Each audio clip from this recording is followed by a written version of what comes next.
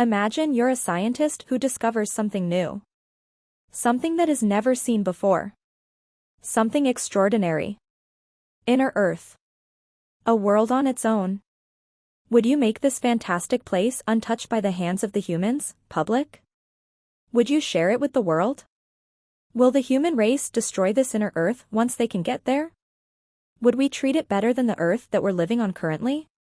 But most importantly, does this inner Earth truly exists? Before winter, millions of birds and insects fly toward the pole. Humans were curious about where these creatures go, so they made it possible to give them tracking devices. When these creatures were given tracking devices, they lost their tracking signal.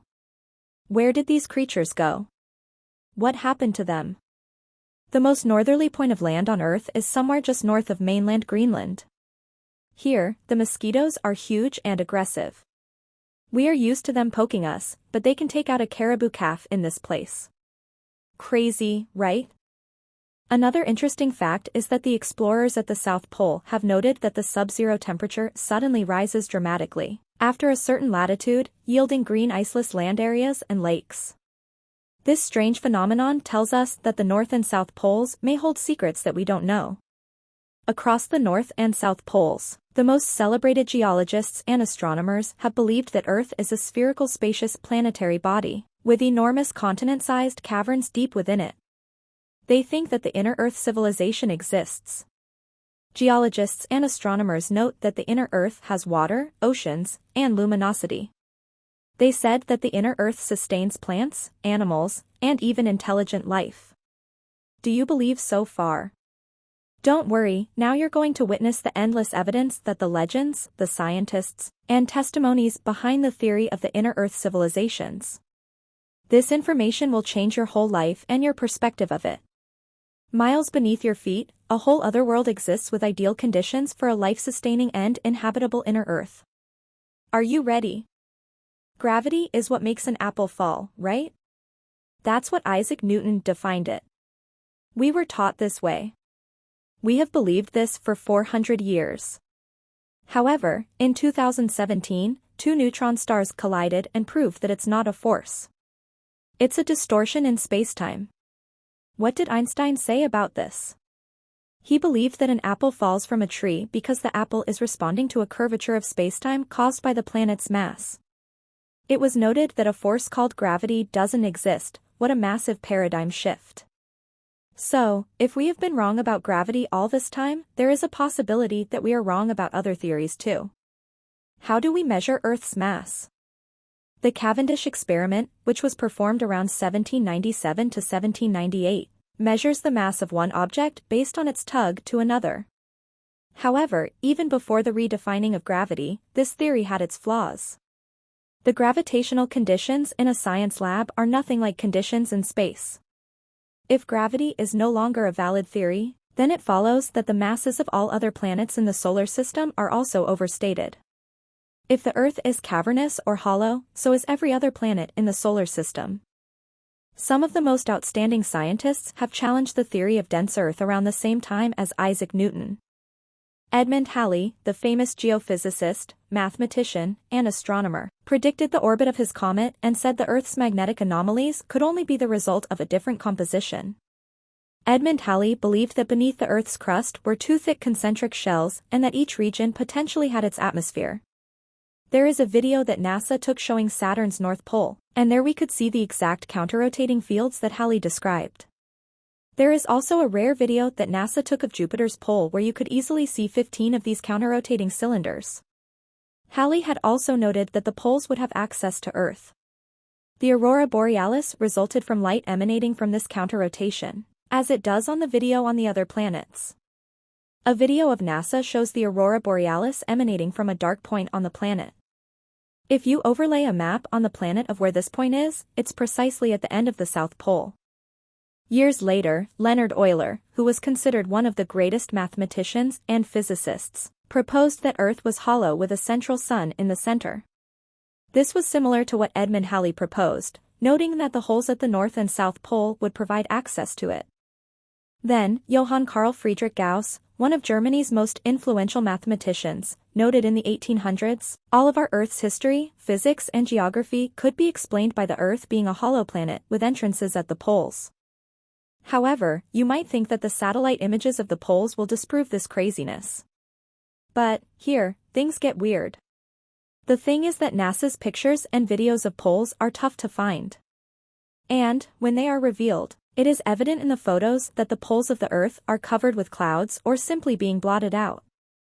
However, in November of 1968, a satellite photo of the North Pole was released. The photo showed a sizable polar opening. It's a possibility that the trick of time-based photography created this illusion. But then NASA began to reveal photos that made everyone wonder and question.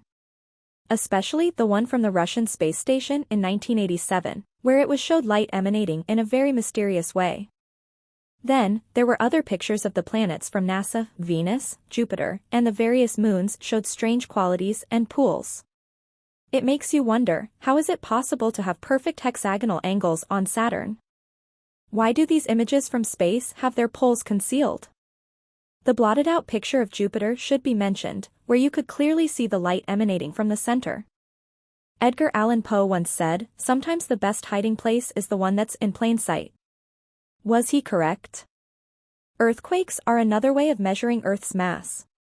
In the early 1900s, seismograph readings proved that Earth has some density. What happens when an earthquake occurs? When an earthquake occurs, seismic waves are measurable as they spread. However, the signals disappear entirely, only to reappear further on. Some shadow zones are believed to result from waves hitting a molten core. There is complicated mathematics theorizing why. The waves may reverberate within a belt-like zone but disappear into large caverns or underground. Would this be an explanation that it's too simple? Is there more to it? Is there a possibility of inner oceans? Do you find the concept and the idea of inner oceans strange? Where were the first deepest drilled holes in the whole world? Russia. In 1970, the first deepest drilled hole was called Kola Super Deep Borehole.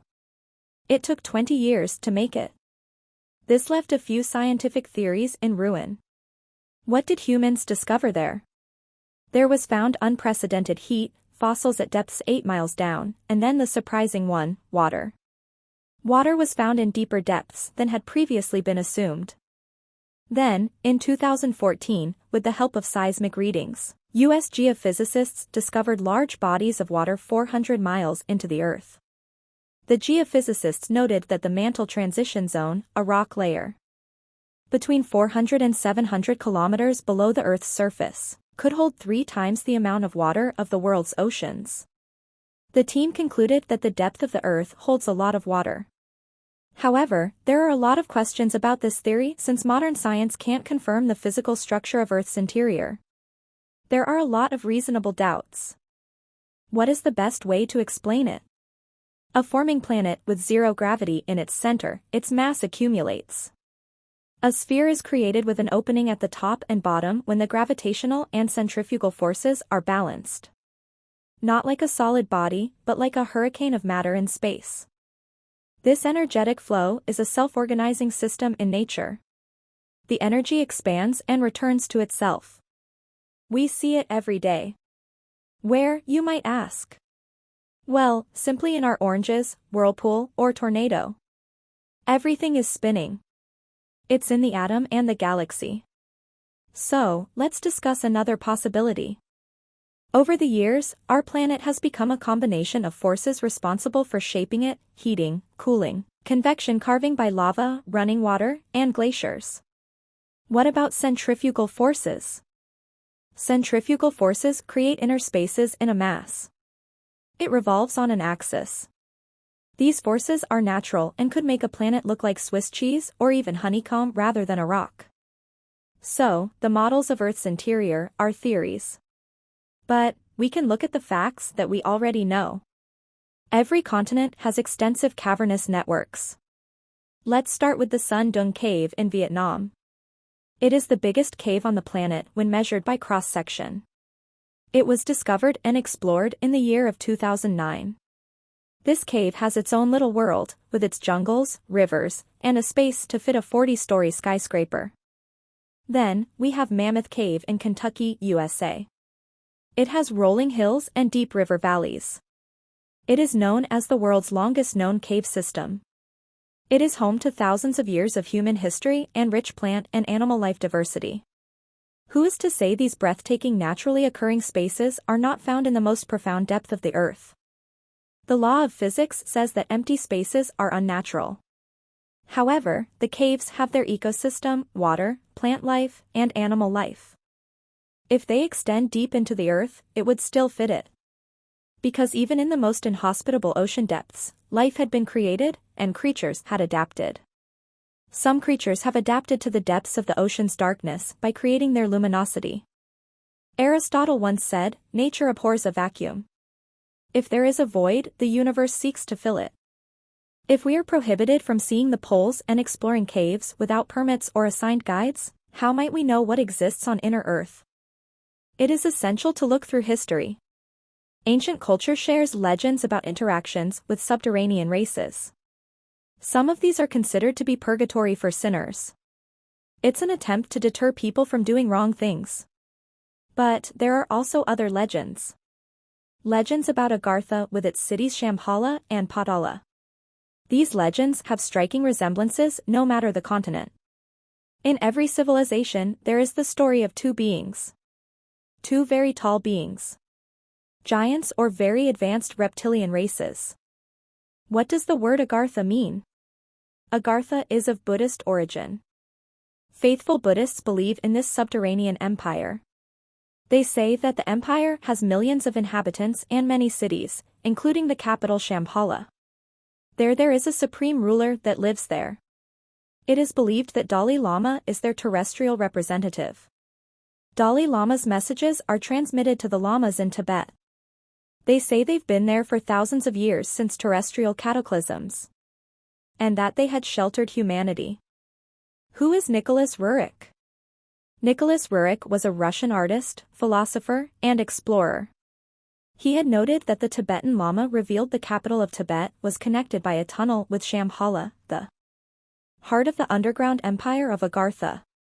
It was said that the entrance of this tunnel was guarded by lamas who had promised to keep its actual whereabouts a secret from outsiders. The passage had traveled deep into the earth through difficult areas to pass. Tibetans had noted that Shambhala is a physical place and has an ethereal nature. It lies inside this holistic evolving planet.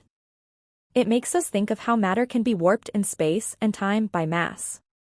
Some say that the inner earth is a plane between spirit and our reality.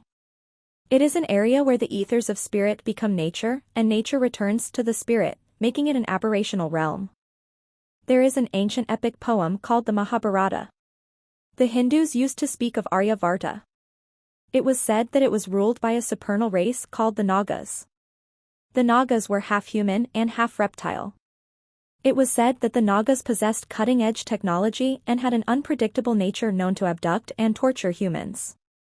But, on the other hand, influencing positive events on Earth. It is said that they had inhabited Patala. What a coincidence! The name of the palace where the Lama guarded was called the Patala Palace. These whole happenings of events raised even more questions about the Chinese government's motivation. In the 1950s, the Chinese government violently overthrew Tiber's peaceful leaders in a coup. This had cost a lot of Tibetan lives. There is also another Indian epic, the Ramayana. It tells the story of the great avatar Rama. Rama was a blue-skinned emissary from Agartha. It was said that he had arrived in an air vehicle. What were these air vehicles?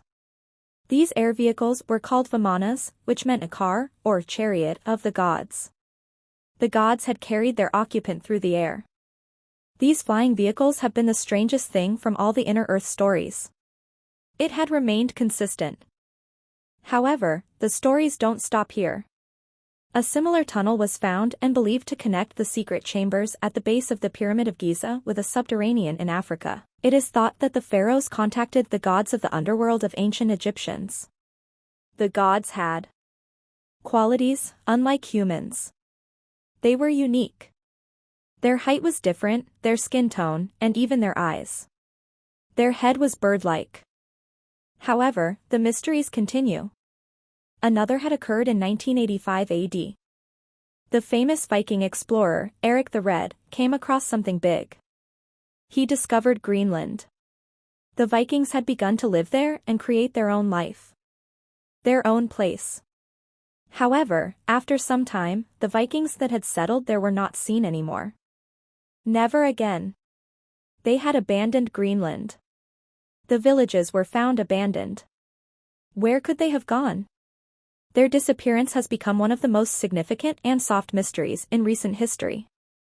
The native people of Greenland were asked. The Inuits. They had said that the Vikings had gone northwards to a place, a wonderland, that the natives had known. This place was called Endless Summer. The place was believed to be rich in vegetation and game. The Inuits had said that the colonists had gone to a land of eternal bliss inside the protective womb of the earth. What does that mean? In the womb of the earth? In Suffolk, England, in the 12th century, an unusual story began to take place. This story's still a part of the town's history. It was a story about the underworld. One day, in this town, their 2 kids were found. But not just any kids. The kids are believed to have had green skin and speak an unknown language. The kids had been starving when found, and they only craved beans. Raw beans. One of the kids, the boy, didn't make it, and he had passed away. But the girl had survived for a very long time. After some years, the girl could communicate with people, and she finally explained that she and her brother had come from a subterranean land, a land where the sun never shone. The girl said they got lost because they had followed their cattle into a cave, then eventually, they arrived at the land where the sun was shining. Then, in 1908, a book called The Smoky God, written by Willis George Emerson, came to light. A story about Olaf Jansson's fantastic journey to Agartha. It is a story about Olaf's years spent living together with his father. Olaf and his father traveled around on their fishing boat, wanting to find the land beyond the north. However, their plan didn't go as planned. A wind had occurred. The storm carried them through a polar opening into the interior of Europe. In this book, it was said that Olaf and his father met a race that was called the Elder. It was noted that that race of people was friendly, intelligent, and much more. This race was 12 feet tall. They were giants. But, this group of people could grow even taller in the electrical energy field that they were living in. They were able to live for 800 years.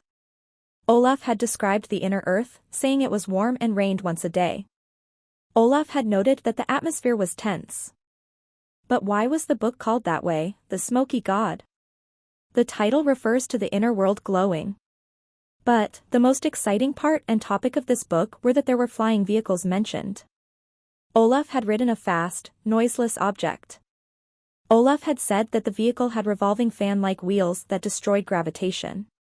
It was noted that this force prevented them not to falling.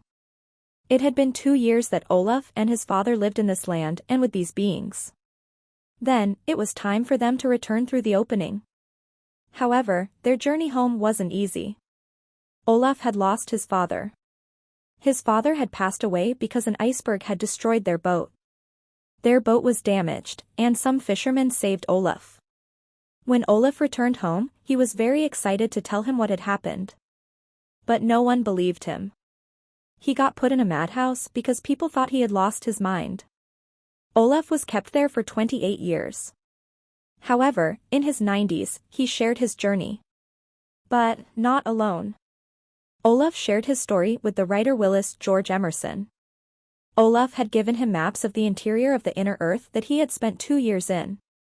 In 1895, Fridtjof Nansen, a Nobel Prize laureate and Norwegian explorer, decided to go out there and see if he could find the North Pole. He had set on an expedition to reach the mysterious land, but unfortunately, he couldn't find it on the maps given to him. However, many unusual things happened to him while he was on this journey. After a bitter cold, Fridtjof noted that the temperature began to rise and become unbearable suddenly. However, Nansen had never clarified where he was and what place this was. But one thing is essential.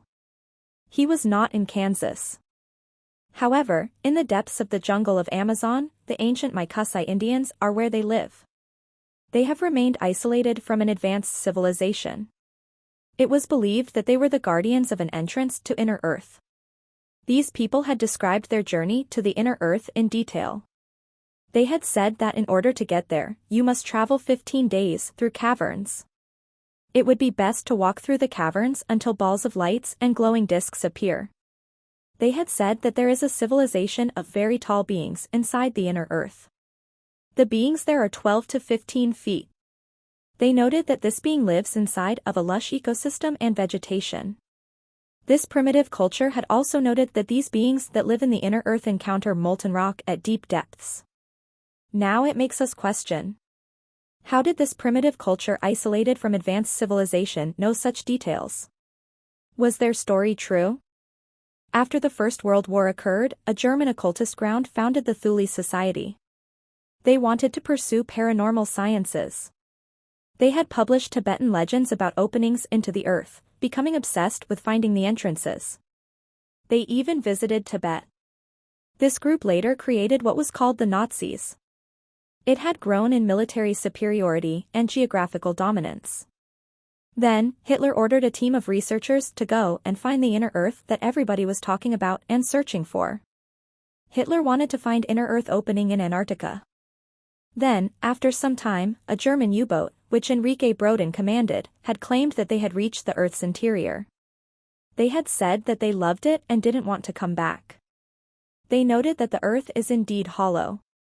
Then, a German scientist drew a diagram of the Agartha in 1933, in corroboration with the U-boat. These stories were backed up by maps made for the National Geographic Society.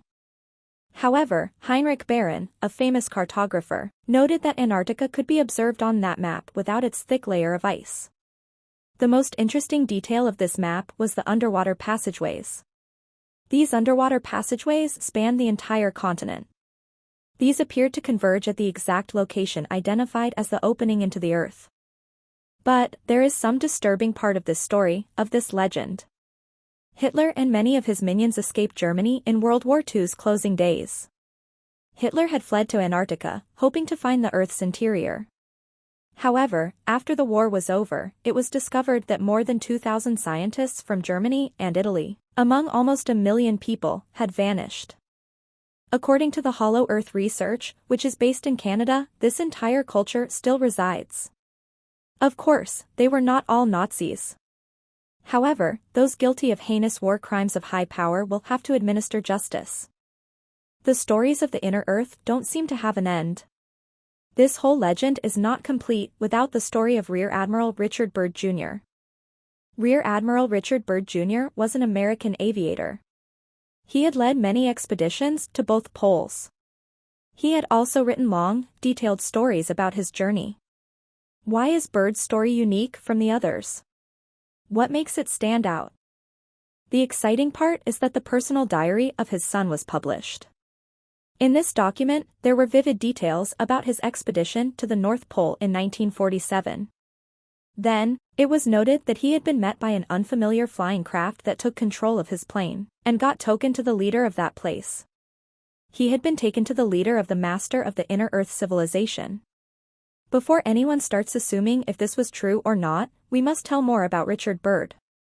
We must know more about his behavior while he was alive and mostly about who he was. Richard Byrd was one of the most highly decorated officers in military history. Medal of Honor, the highest medal, was given to him by the United States. He had fought in both world wars. And also led huge military expeditions to the Antarctic.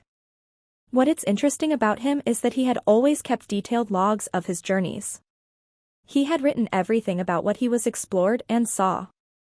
Richard Byrd was not a poet or a storyteller. He had the responsibility for his words and action.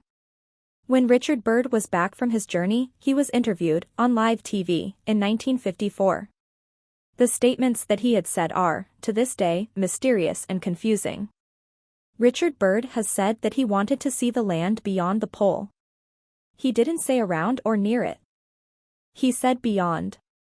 Richard Byrd called the inner earth the land of everlasting mystery. He called it the most peaceful place in the whole world. He noted that the inner earth is a vast new territory that wasn't on any map. He had said that the inner earth was more significant than the US and was never seen by a human being. Byrd has said that the inner earth was the most important and valuable place for scientists. He had repeated some words saying that it's the center of the great unknown. These are very confusing and mysterious when you get to think that he had been talking about a land covered in ice. How was this peaceful? Richard Byrd was sworn to secrecy. However, in February 1947, Byrd, the man who had done the most to make the North Pole an unknown area, made a statement. He had noted, "I would like to see the land beyond the pole. The center of the great unknown." Everyone had read about this in the newspaper or even heard about it on the radio. Have the people taken off their maps and looked at what was on the North Pole? What land is there that Byrd wants to see so bad? What was he talking about? If we calculate all the known lands near the North Pole, none of them are within 200 miles of the pole. Byrd should have seen nothing but lands covered with ice or ocean covered with ice, right? Yes, he should have this. But instead, Byrd saw something mysterious. He had said that he had flown over lush green areas. He had seen lakes and mountains. Byrd had published that he discovered 2 unknown lands. The unknown areas were measured for a total of 4,000 miles. Byrd should have received the notoriety of his journey, just like Christopher Columbus did, right? But, no, his story disappeared instead. In 1956, the editor of Flying Saucer magazine, Ray Palmer, wrote the detailed story of Byrd's journey. However, it mysteriously disappeared as soon as the press published the report. Why was his story disappearing? Was there something that the humans shouldn't have known? Did someone else want to take the credits? The printing plates were damaged, and a reprint couldn't be done. During this time, some books were published about pole entrancing. But Byrd was accused of lying. Why would the first person that was to the North Pole lie? Another thing that Byrd noted was that the poles are concave, not convex. He had said that the South Pole is 10,000 feet high, but the North Pole is 10,000 feet low. However, one of the biggest mysteries would be that after World War II, the high jump operation occurred. It was said that at the time, it was an expedition to Antarctica to find coal and other resources. However, this story then changed. It changed to training the military and having a research base. Why would this mission require 33 aircraft, 13 Navy ships, and 5,000 soldiers? All of this resulted, unfortunately, in the loss of many lives. Later on, it was said that the true mission was to retrieve the missing Nazi leaders from their refuge in Antarctica. Byrd cut his mission short after the press reported troubles and many fatalities. When the military force returned, their journey became classified as top secret. However, inevitable leaks revealed that they were attacked by a highly advanced saucer-shaped airship. James Forrestal, the Secretary of the Navy, began to talk. Then, President Truman forced him to resign. James Forrestal was taken to the Bethesda Naval, a hospital psychiatric ward. He was prevented from seeing or talking to anyone there, including his own family and wife. Later he was found dead, saying that he had killed himself. This case was closed. However, in 1947, something strange happened again. Byrd had suddenly ended his military expedition. He then spoke with a reporter for the Chilean newspaper called El Mercurio. Byrd had told him that he didn't want to scare the people, but there was a bitter reality. He had said that if a new war took place, the continental US would be attacked by flying objects.